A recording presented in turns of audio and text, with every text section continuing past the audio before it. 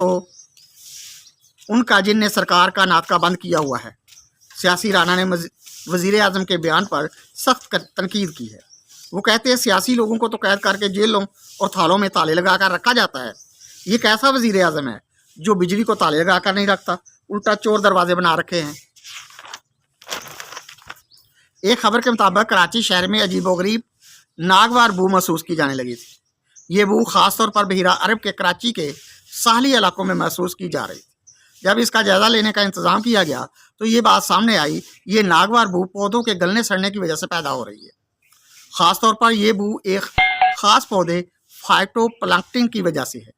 हर साल ख़ास मौसम में ये पौधे समंदर की तह में उगते हैं।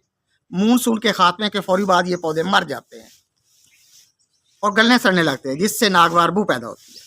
खुर्दबीनी पौधे यानी नन्हे मुन्ने पौधे सूरज की रोशनी और पानी की मौजूदगी से अपनी खुराक तैयार करते हैं।